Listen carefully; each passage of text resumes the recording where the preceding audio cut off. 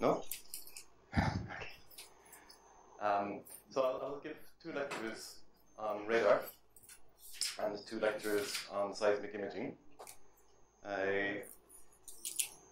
For the last number of years I've been working on radar, and I started out on seismic imaging originally, so it's kind of going back in time for me. And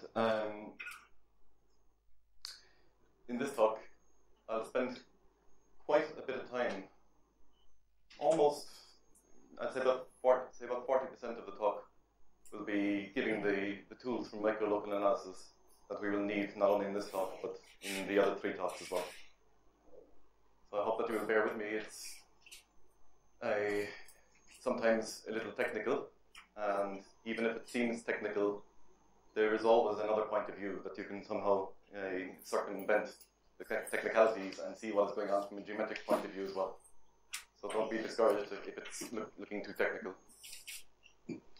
So after I've done that, then I will set up the model for a scattering of radar waves, and then talk about how you can obtain an image through the process of back projection. Okay. So just kind of a cartoon to set the scene. So here's an aircraft. It could be a satellite or an actual plane carrying some transceiver emitting radio waves, which in an idealized setting you could think of as a point source, emitting a spherical wave, which will then come down towards the surface of the Earth, scatter from some heterogeneity, and hopefully the echo will go back up where you can record it again.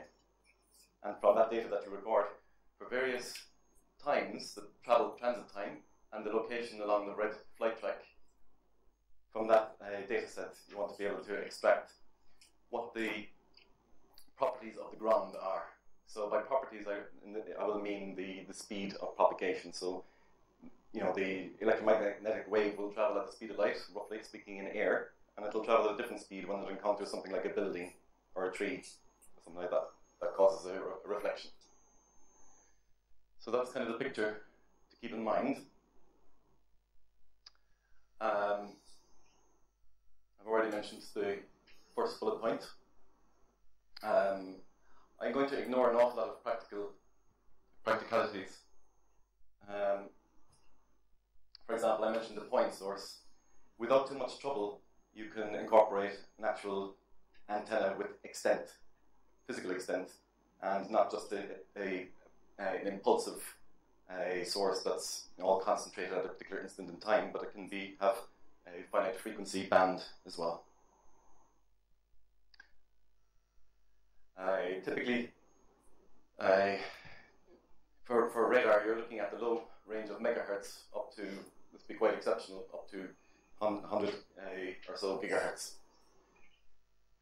And there are lots of applications.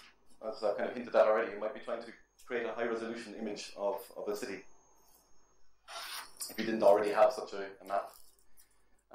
There are other types of applications that you might not necessarily think of. You could be monitoring how much leaves or how much vegetation there is in a certain area. Say, for example, monitoring to monitor the health of a forest. Then I'm not really talking about this last application, but the technology, the mathematics is not too terribly different. There's also a ground-penetrating radar, which is been used for all sorts of interesting things. They've used it to find drug trafficking tunnels, to find buried hazardous waste, so on. So I said I would talk about synthetic aperture radar, or SAR for short, synthetic aperture radar. So it's an acronym with an acronym inside. And basically what SAR means is that when you look at this picture, you really do have quite a small antenna. But if you collect the data as you fly across the sky, the data that you record effectively is the data that you would have from a huge extended antenna. So you synthesize the data in that sense, so it's synthetic, as though you had data from a much larger antenna. Okay. So that's just a very brief introduction, and now I'm going to depart from SAR for the moment to give about 8 or 9 slides of a microlocal analysis, just to give us the mathematical framework from how at least I view these types of imaging projects. So, as I've already kind of said, we're interested in, say for example, if we're interested in imaging a city, you want to detect the edge of a building. So you're looking for discontinuities in the speed of propagation. So as I said, the speed of light from the electromagnetic wave will change abruptly when it encounters some different material property. So it's really kind of edge detection is what we're after. So in other scenarios, it could be a change in density or conductivity, etc. So when I think about a sort of a discontinuous function, the first most natural function that will pop into my mind is, say, the Heaviside function. Right? So a function with a step function. Right? So it's 0 for x less than 0, and 1 for x positive.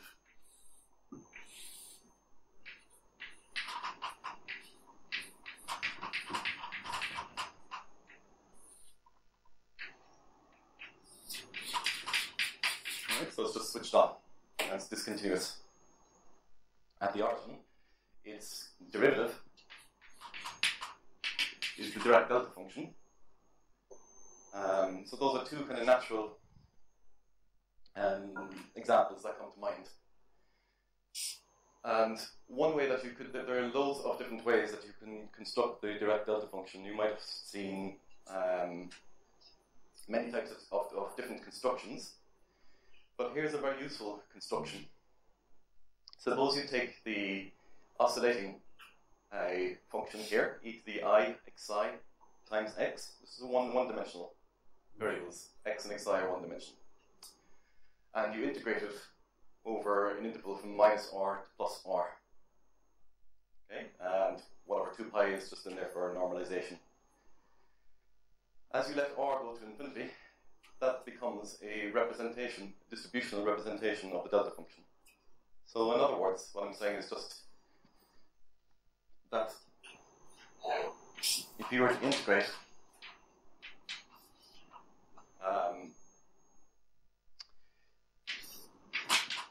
1 over 2 pi minus r to r e to the I xi of x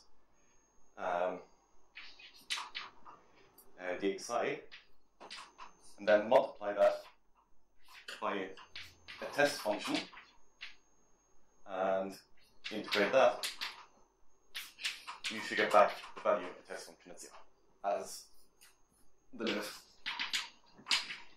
as r goes to infinity. Okay, so it's a very nice representation of the delta function, and it's also an excuse to talk about oscillatory integrals. Okay, so from now on, I'll drop the limit r goes to infinity and just write minus infinity to plus infinity, but this limiting process is understood. Okay? In a distributional sense, like that over there. Alright, so this type of integral, dropping the limit terminology, as I said now, is of this form. Right? Some e to the I sometimes some phase function. This is just a linear phase function in xi here. But you can build a more general phase function, and the amplitude that was multiplying the exponential here was just 1. Right? So we could generalize that into something more general. It's just multiplied by some amplitude, which depends on x and xi, and then integrate with respect to xi.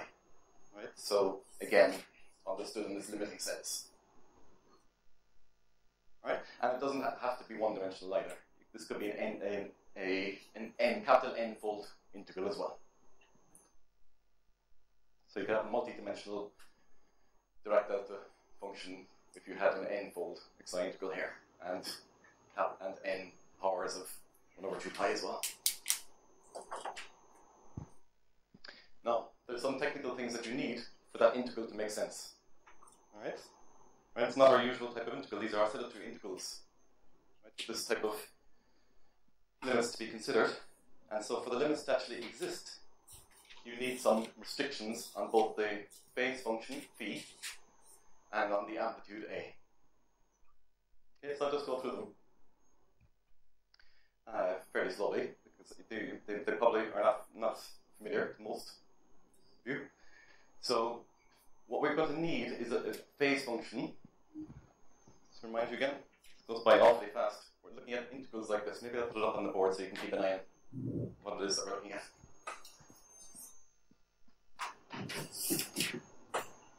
So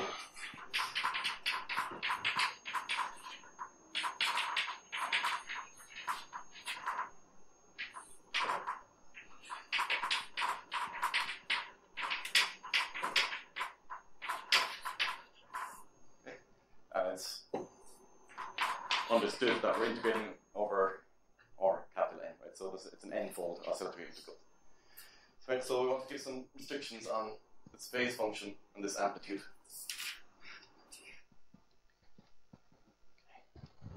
If you have any questions, stop me. I'm happy to be interrupted and explain something. So phi is a function of little x and xi. So I'm thinking about the x as being in R little n, and the xi as being in R capital N.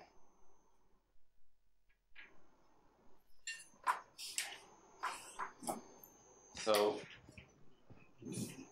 phi is a function from R little n across R capital N, and one thing we won't want is to have xi be equal to 0.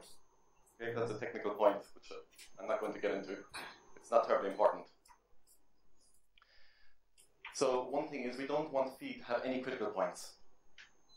Right, this is going to sound as it's going to sound as I'm contradicting myself in a few minutes' time, because I'm going to be talking about the critical points of phi. But what I mean by critical points, I mean is the critical points with respect to the joint variables x and xi. Okay, that's one condition. It's got to be positively homogeneous with respect to the xi variable. Xi is called the frequency variable. I'll say that often. So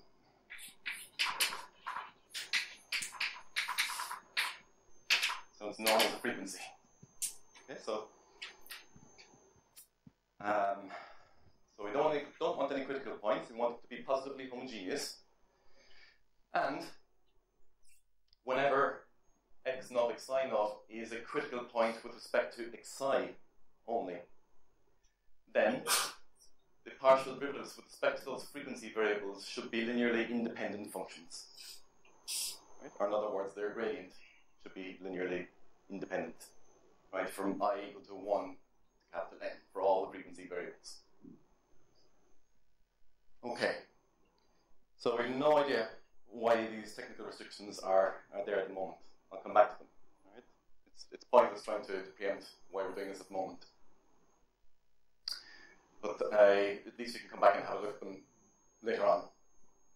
So that's it as far as phi goes. If it has those properties, no critical points, positively homogeneous, and at critical frequency points, linearly independent functions with respect to the xi derivatives, then it's called a non-degenerate phase function.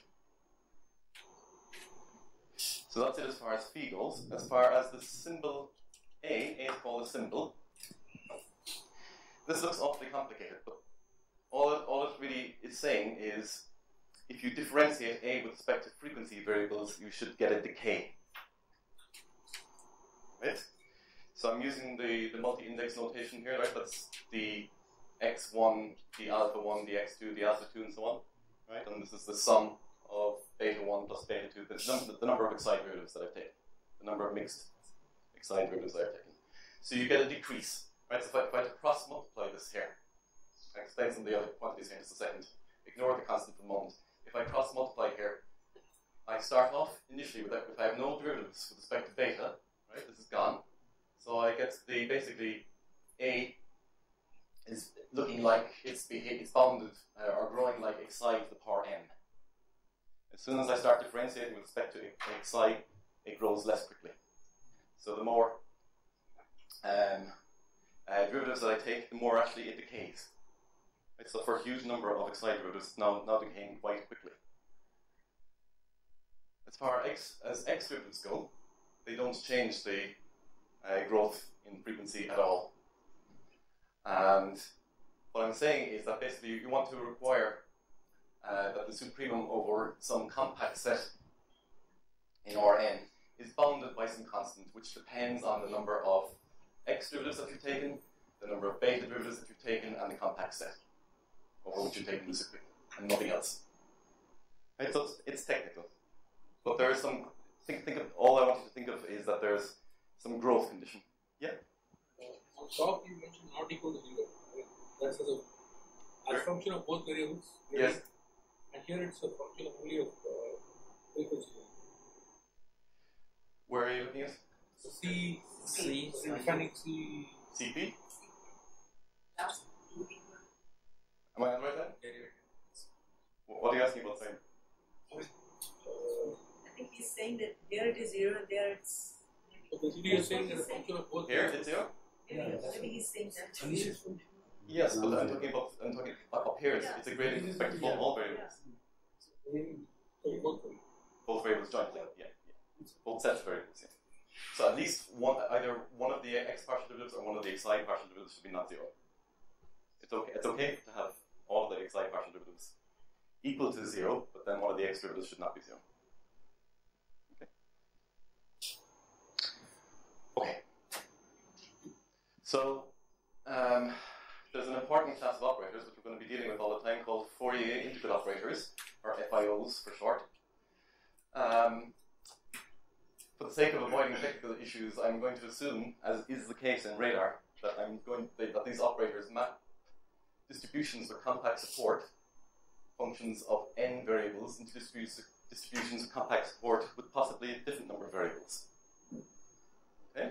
And what these operators are, they're linear operators which have Schwartz kernels, kf, which are given by oscillatory integrals. Okay?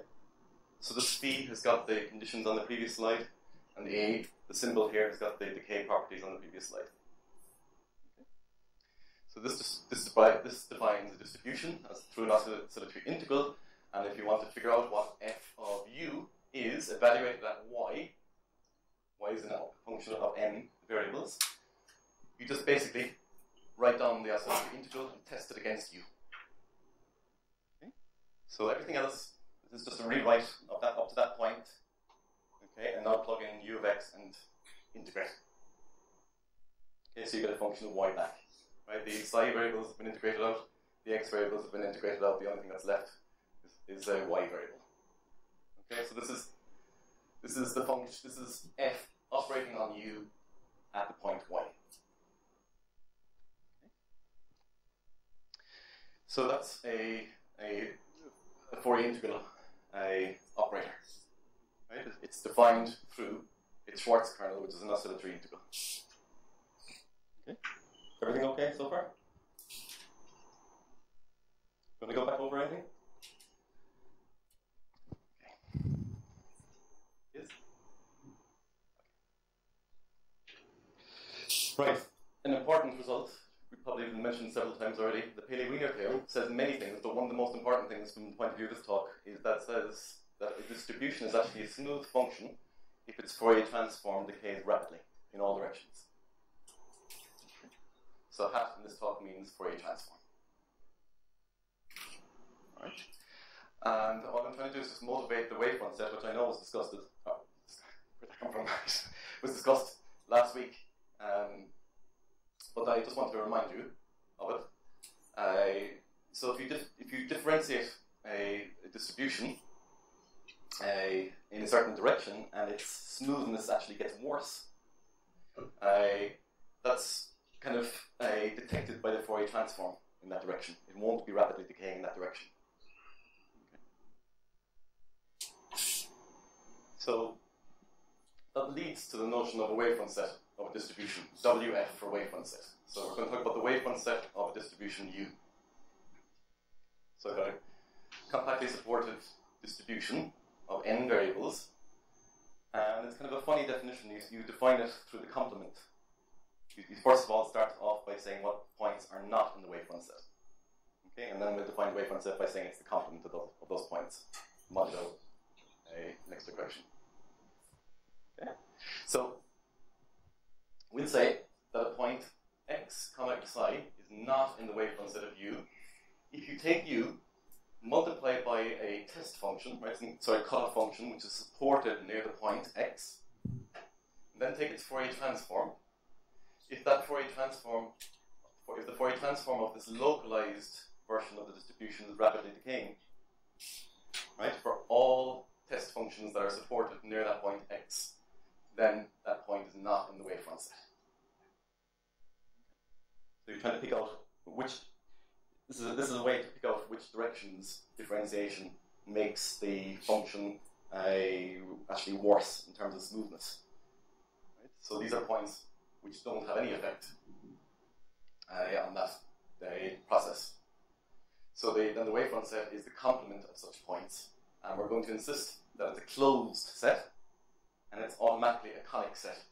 Right? So if xi is in the wavefront set, then x comma lambda xi for lambda positive is automatically in the wavefront set.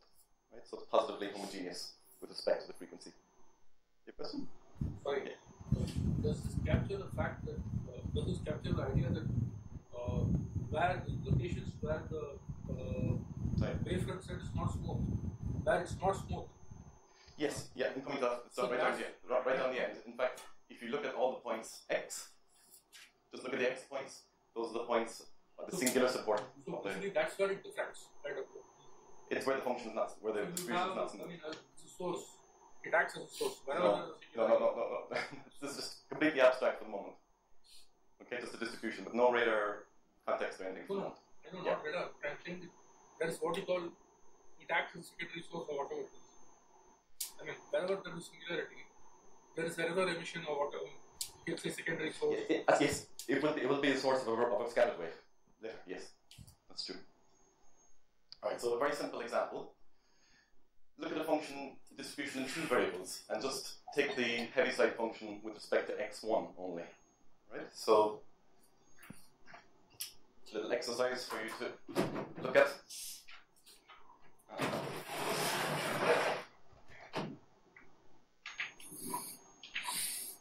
So here's the x1 axis, here's the x2 axis, and so we're 1 on this side, and on this side we're 0. Okay. So the wavefront set of that distribution is contained along the x1 equal to 0 axis. Okay, and the xi's have got to be perpendicular to it. Okay, so that's a picture of the wavefront set of that distribution.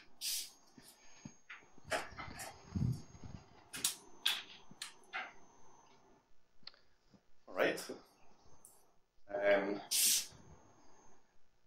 Two or three more slides of pain on the Microlocal background, and then we'll start the talk properly. So, the most important, the reason I'm going through this is I want to talk about the wavefront set of the distribution kernel of an FIO. Okay, so K sub f was the Schwartz kernel of the Fourier integral operator f. K sub f was this oscillatory integral, and we'd like to calculate its wavefront set because it's going to turn out to be an enormously important object from the point of view of imaging. Okay, and it's an exercise, not too hard actually. It's an exercise in integration by parts. That's the only tool that you need to show that the wavefront set of that distribution kernel looks like this. Just looks like arbitrary points y and x so far. Then the frequency variables that correspond to y and x are the y and x partial derivatives of the phase, evaluated at y, x, xi. Now we need some restrictions. Y, x, xi must belong to the critical set C sub phi.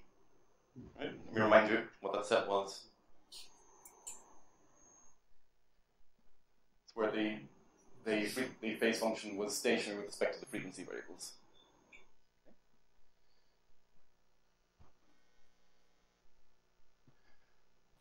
And one other kind of technical point, we don't want the amplitude inside that oscillatory integral here. We don't want that to be already rapidly decaying with respect to frequency. So points where it's not rapidly decaying are called the essential support. Right, so that also makes its way into the wavefront set. Right, so we don't want points which are outside the essential support where we would have rapid decay of the amplitude, or simple A. All right. Now here's the upshot, or the importance of this object. So if you start with a point in the wavefront set of U, okay, and if y eta is in the wavefront set of fu, then it must be that this combination yx, I wrote these the other, yx eta xi must actually belong to this set with one twist on it, literally. It's called twisted canonic relation. You change the sign here to minus sign. Okay. So apart from that minus sign adjustment, this object, this wavefront set of the distribution kernel of the FIO F tells you how singularities are mapped from the input to the output. Okay, that's the most important thing. This object is called lambda. It's called a wavefront relation, or a twisted wavefront relation, because of this minus sign. And it tells you how singularities, where is it again? Singularities in the input distribution get mapped to singularities in the output distribution. More than that even, it tells you the wavefront set mapping, how wavefront sets are mapped.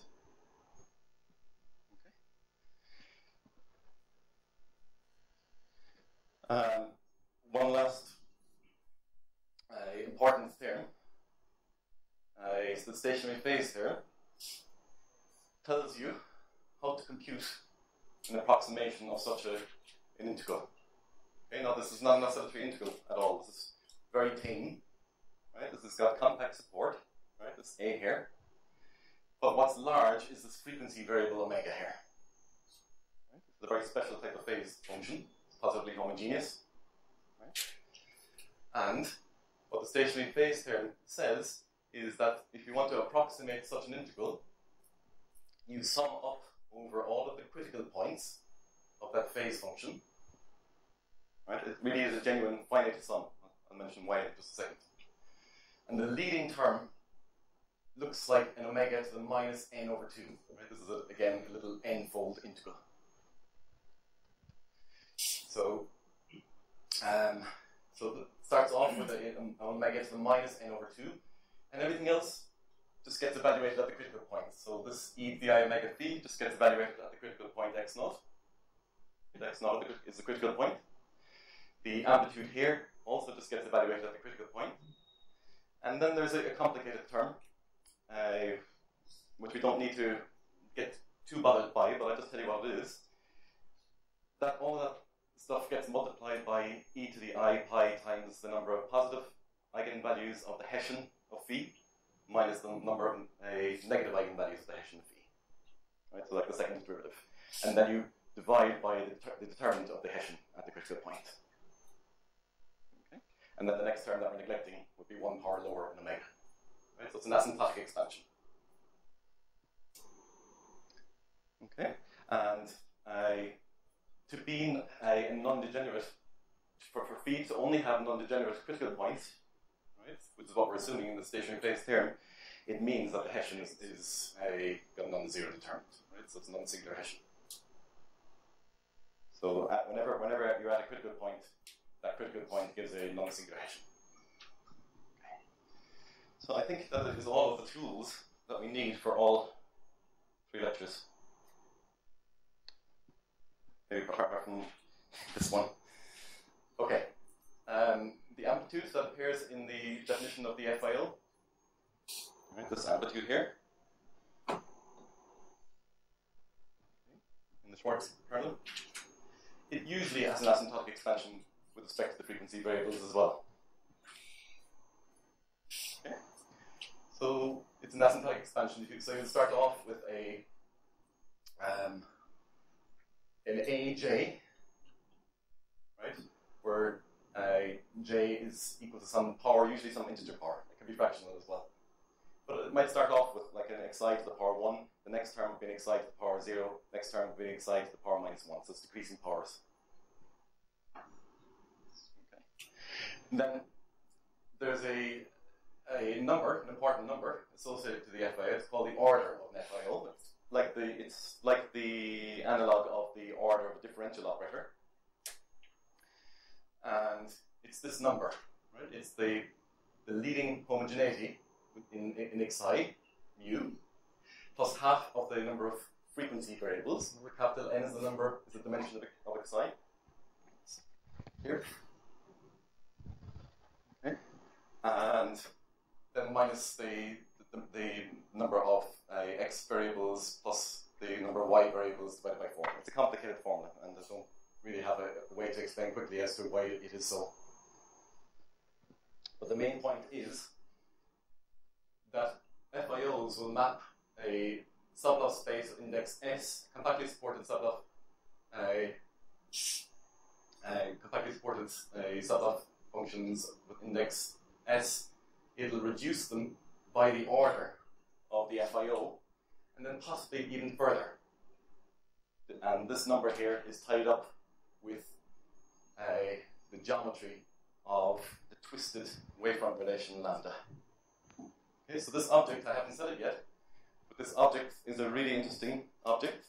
It's a manifold, and it's in a manifold in a product space, and the geometrical properties of that object have an associated number called k. That turns up here. Okay, but apart from that technicality, you can think roughly speaking as the order of the FIO as giving a decrease in the sublove index by that amount. Okay. Right, so that's halfway through, and halfway through time as well. So, but those are all of the technicalities, the technical tools that we need. Okay? Which I know is an awful lot to fire at you, but as I say, you can circumvent a lot of those technical tools in a lot of what we're going to discuss as well, hopefully. So, to start off with, if we come back to radar and modeling of scattering of radar waves, of course it's Maxwell's equations, 3 components of the electric field, 3 components of the magnetic field, but in air, the speed of propagation is pretty much constant, very close to the speed of light. And so we're just basically going to treat the 3 components of the electric field, say, as satisfying a scalar wave equation. Okay. So here's the scalar wave equation, and here is the impulsive source at time equal to 0, located at wherever the current position of the aircraft is in the sky. Right. So gamma of S is a curve parameterization of the flight track. So think about S as arc length across the flight track. And as I said down the bottom, we can accommodate more details in modeling the antenna, not just have it be just a single concentrated source at the position of the aircraft. We can do more than that, but it's a distraction from the main kind of points that I want to tell you about. So, if you recall, the Green's function, or the fundamental solution for the wave equation, is just a spherically expanding wave.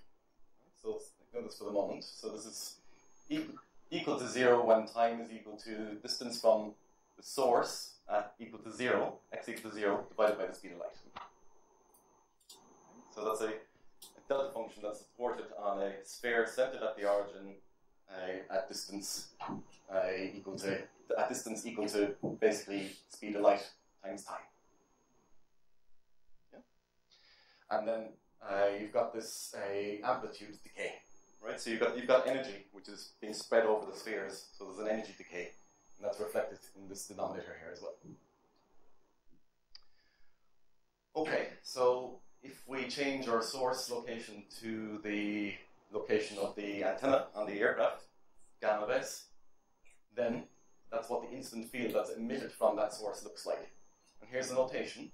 So if we're at gamma of S, so I just put S here after semicolon. So if we're looking at the source wave, the incident wave coming out of gamma of S, we're measuring it at time t and at location z in space. Okay? It's just that with the shifted origin to the location of the aircraft.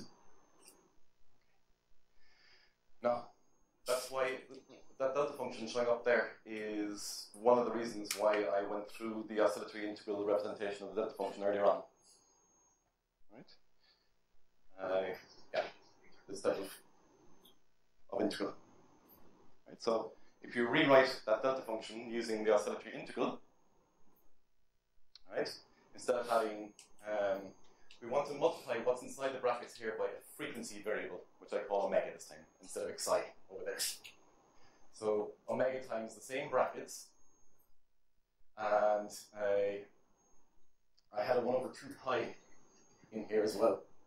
Right, so that 1 over 4 pi gets multiplied by another 1 over 2 pi, so we get a pi squared, and everything else is the same. Right, so that's our oscillatory integral representation of that delta function, or now effectively that's our oscillatory integral representation of the incident field coming out of the aircraft. Okay. So what we're going to do is we're going to linearize things. So we're going to treat the speed of propagation of the radio wave, be it through air or be it through the buildings or whatever else is there, as basically being a perturbation from the speed of light. So I've decided to write it as the reciprocal square for convenience. So 1 over c squared should be 1 over c naught squared and a perturbation. Okay? So that's called, that perturbation v is the reflectivity function. So it goes back to that picture there. That's our v function that we're thinking about on the ground, where when we encounter a different material that deviates the speed from the speed of light in the air above it. Okay. Alright, so here's an exercise to do. Linearize the wave equation that we had here. About, linearize the coefficient c about c naught, and linearize the field about the incident field. U incident, U in. Right, so it's a formal process. Right, there's a gap in the mathematics. There's no mathematical justification. The only justification is that it actually works in practice. Right, so there's a gap in the theory, but this linearization process is justified by practice. So we write the total field as the incident field plus a scattered field. So this is we're linearizing U about this incident field. Okay, so just go to the wave equation. Write c as c naught plus write 1 over c squared as 1 over c naught squared minus v, and write the total field u as the u incident plus u scattered. And everywhere you see quadratic quantities, like a v squared or a v times a u scattered, right? These secondary order quantities, you drop them, right, to keep things linear. And if you do that, so if you linearize the wave equation like that, you get the wave equation for the scattered field. Okay? So the scattered field satisfies the wave equation with the background speed of light coefficient, and its source is, apart from this time differentiation, is basically the reflectivity function multiplied by the incident field. Okay? So that makes sense. Right? Let's go back to the picture.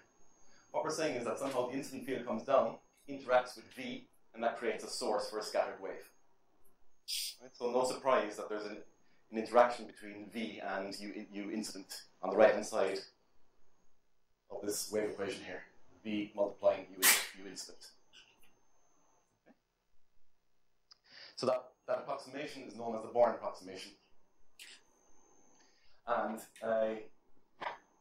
we basically take our Green's function for the wave equation that we had earlier and convolve it with this right-hand side to get our expression for U scattered.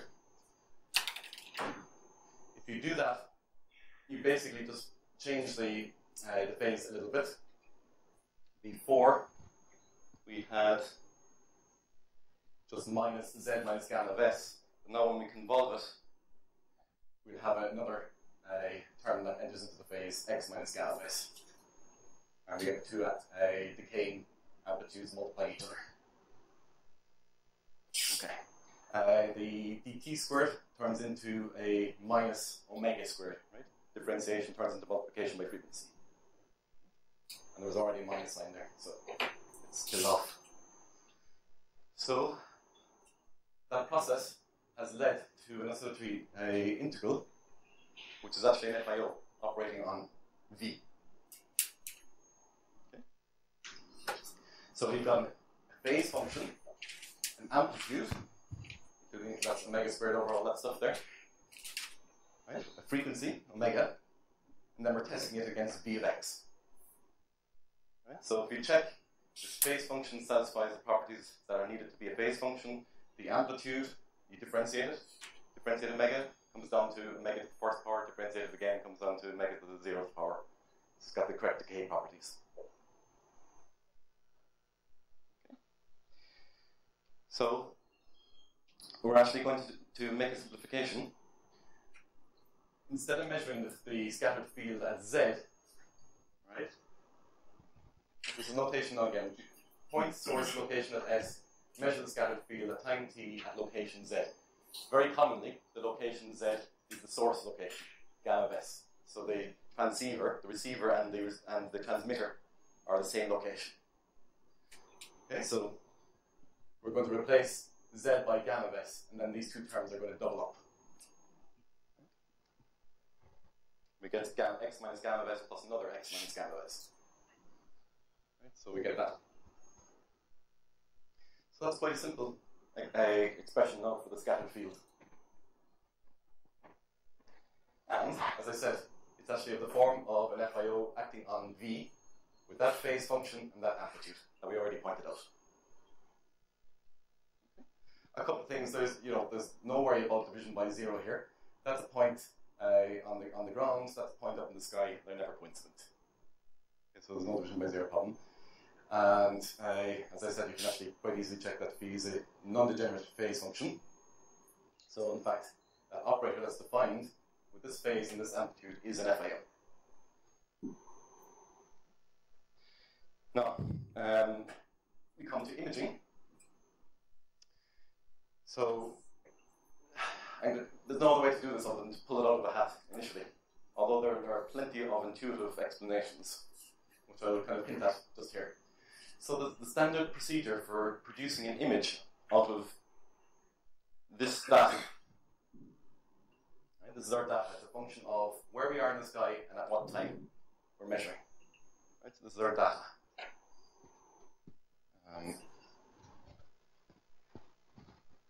That's there to keep it in mind.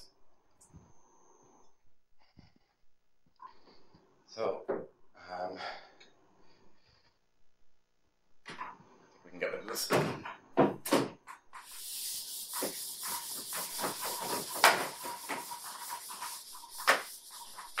the data is a function of two variables. It's f applied to the reflectivity function, this Fourier integral operator applied to the reflectivity function, which produced a function of two variables. Okay? And the image that we're proposing is to apply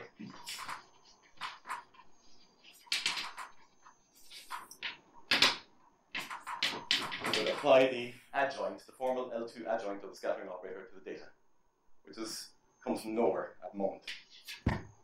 Okay, so let's see why it's a reasonable thing to do.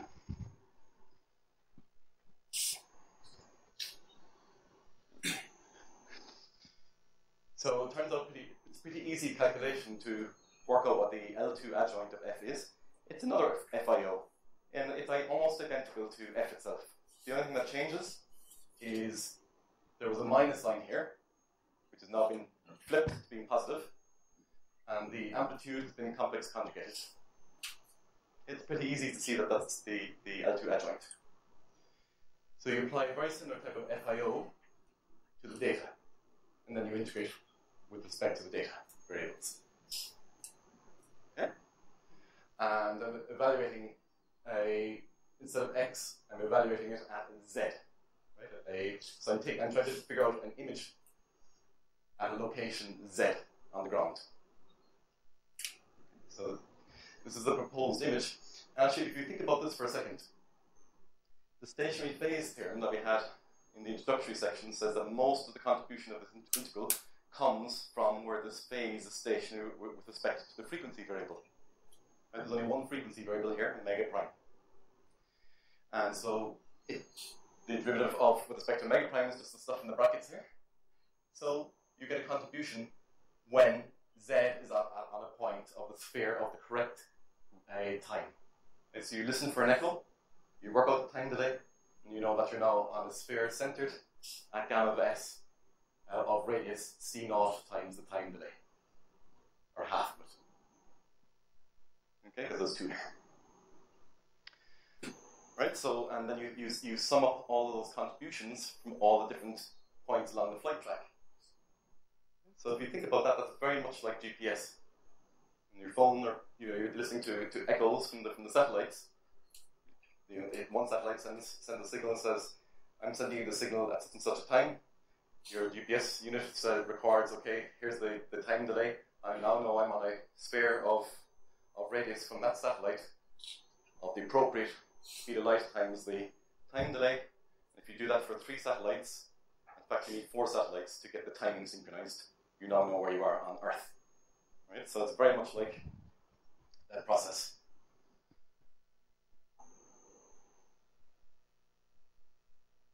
Okay, so lecture 2 is going to be kind of sophisticated machinery to show why that back projection process, namely applying the adjoint to the data, is a good idea to get an image. But for now, for the rest of the talk, I just want to work with very basic tools, just because we can in this particular setup that we're discussing. So, it'll turn out that instead of having a bar in our back projection operator, let's change that a bar. We have control of what we put here. I'm going to replace a bar by some other amplitude or symbol b. And I'm going to reserve that symbol b until the very end of the lecture and choose it judiciously at that point to get things to work out nicely. Okay? So, just to recap, our image now at location z on the Earth is a FIO applied to v. Right? So what I've done is I've taken this integral, this oscillatory integral, and taken d and inserted the oscillatory integral representation for p that we had earlier. Where is it? Here. This one. That's our d. Okay. D is FV, data. Okay, so if you take that integral and insert it, at this point you're going to get a bunch of integrals, but so what, it's not terribly complicated. So you have now 2 frequency variables to deal with. You're integrating with respect to the data, and you're integrating with respect to the scattering location x. Okay. If you look at the phase functions that show up, that's what the phase function that shows up, and here's the amplitude that shows up. Okay, once you fed one integral into the other. Okay, pretty easy to check. The next thing to do is to do a stationary phase calculation with respect to these 2 variables. So I'm going to integrate with respect to t and omega prime, and apply the stationary phase theorem that we had at the start of the lecture. Look at what happens. Where's the stationary point with respect to t? T appears nowhere else here, except here.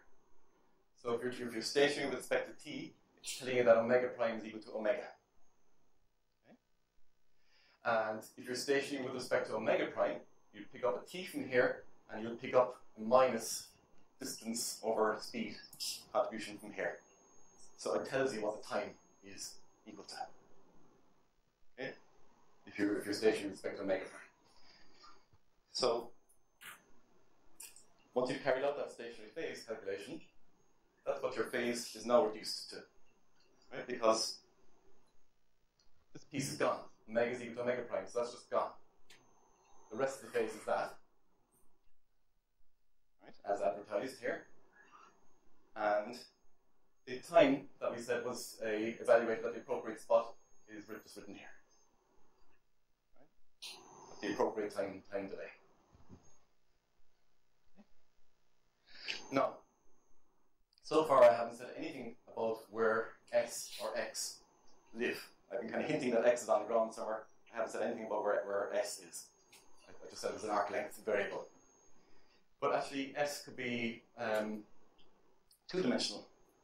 So if you think about taking multiple flight tracks, right?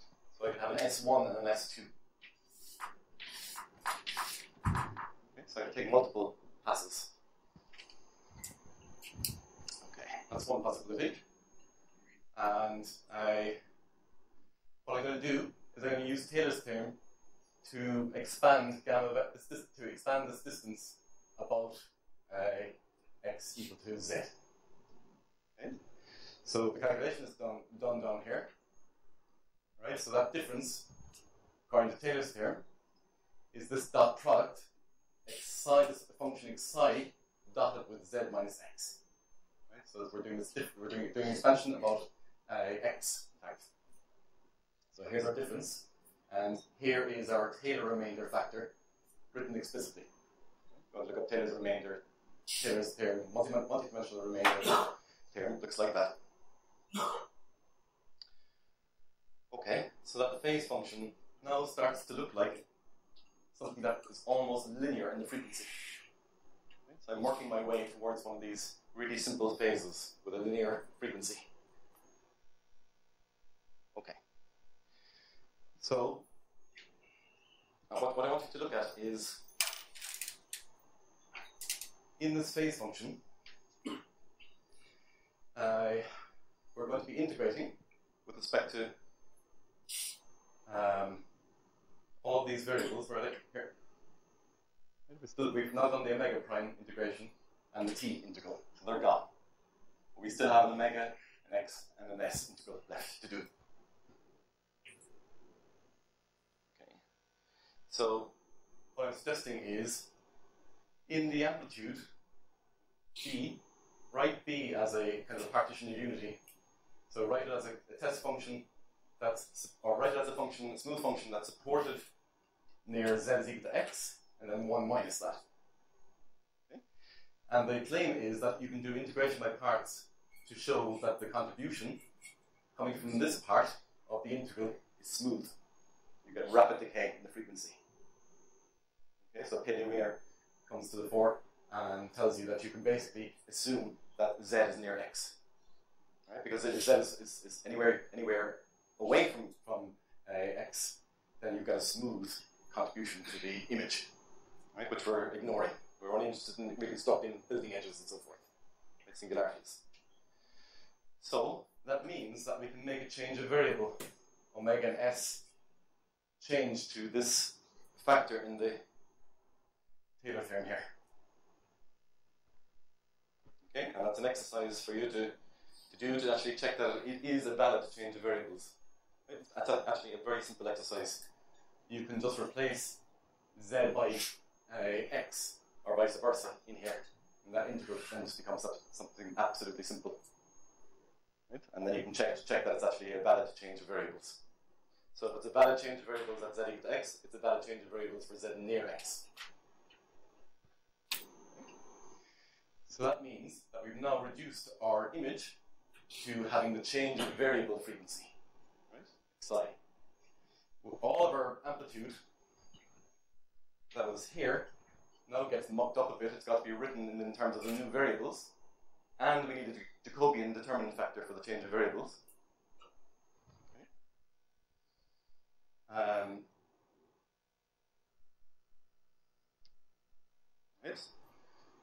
So that type of operator, again, it's a linear phase. It's an FIO with a linear phase, and such operators are called pseudo-differential operators. Okay, so that was the whole point of what we were working towards. Pseudo-differential operators preserve singularities. Right? So whatever singularities that are available to be viewed in the echoes, in the data, will be reconstructed.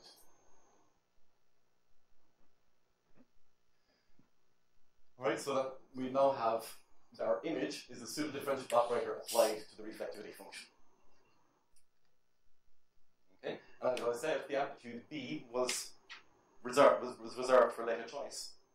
So now the choice is that we use B to be the reciprocal of this amplitude here, right? Except where this amplitude starts to go to 0, which means we have no data that is visible. So if A starts to go to 0, we multiply it by a cutoff function, right, so that we don't get a blow up. Right? So the bottom line is, after choosing B appropriately, we now have our image that looks like this, where A is equal to 1 almost, and a whole cone of frequency variables. So whichever singularities are visible in the data will be reconstructed. Right? You see the similarity between the Fourier inversion pair? Right? That's the Fourier transform. That's the inverse Fourier transform. Right? So we've come close to writing down a reconstruction by taking the Fourier transform and then taking the inverse Fourier transform. Okay. I'm running out of time, so there's just you can do a little bit better than that, and actually reconstruct the smooth part of the reflectivity that we threw away as well. We'll get into that. In the next lecture, I'll talk about what one can do if one only has one single flight track rather than multiple passes, so less data. Okay. And just to kind of preempt some of the similarities with the seismic imaging, in the seismic terminology, I know there's some people working in seismics here, the adjoint operation is known as migration in seismology, and that reservation of the amplitude B to be chosen correctly is an amplitude correction. And that step is then, when you put it together with the migration, it's known as true amplitude migration in seismology. Okay, so I put some references up here, sort of in order. This is a textbook. Well, not textbook. It's a Springer book, which has collected the really important papers of Harmander and Dijksterman on Fourier integral operators that appeared in Acta Mathematica, and another paper or two as well. And Harmander writes clearly, absolutely clearly. I think he's really very clear to follow. So that's a good place to start, possibly simultaneously with this textbook, Microlocal Analysis for Differential Operators. It's one of those turquoise London Mathematical Series textbooks, quite cheap and fairly thin. And it's a very nice place to start. For me, this is the Bible. I spent 2 years suffering with this, but it's by far the most comprehensive. It's extremely dense. It's about that thick, and but I think it's the best, right? And this talk was roughly based on this paper. Thanks. Any questions?